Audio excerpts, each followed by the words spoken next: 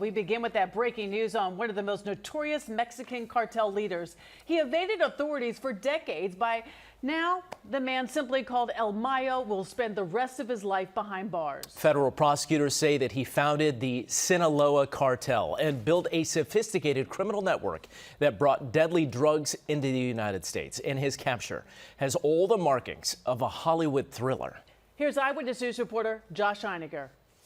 A world away from the violent cartel he used to rule, a one-time kingpin stood in a Brooklyn courtroom today and confessed to his life of crime. The once feared drug lord known as El Mayo, Ismael Zambada Garcia, now 75, looking more like a grandfather, as he told a federal judge the tale of his violent life. A trail of drug-fueled carnage that dates to 1969 when he was just a teen and planted marijuana for the first time.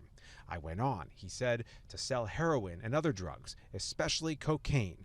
It was a tidal wave of drugs that flooded the United States. Over the last 3 decades, El Mayo and his accomplices made billions of dollars.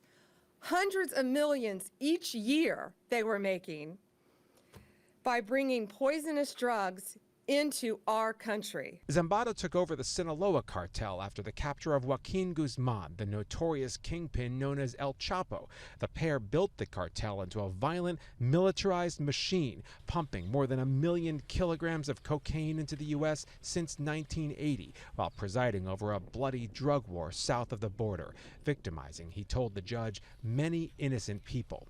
I recognize, he added, the great harm illegal drugs have done to the people of the United States and Mexico.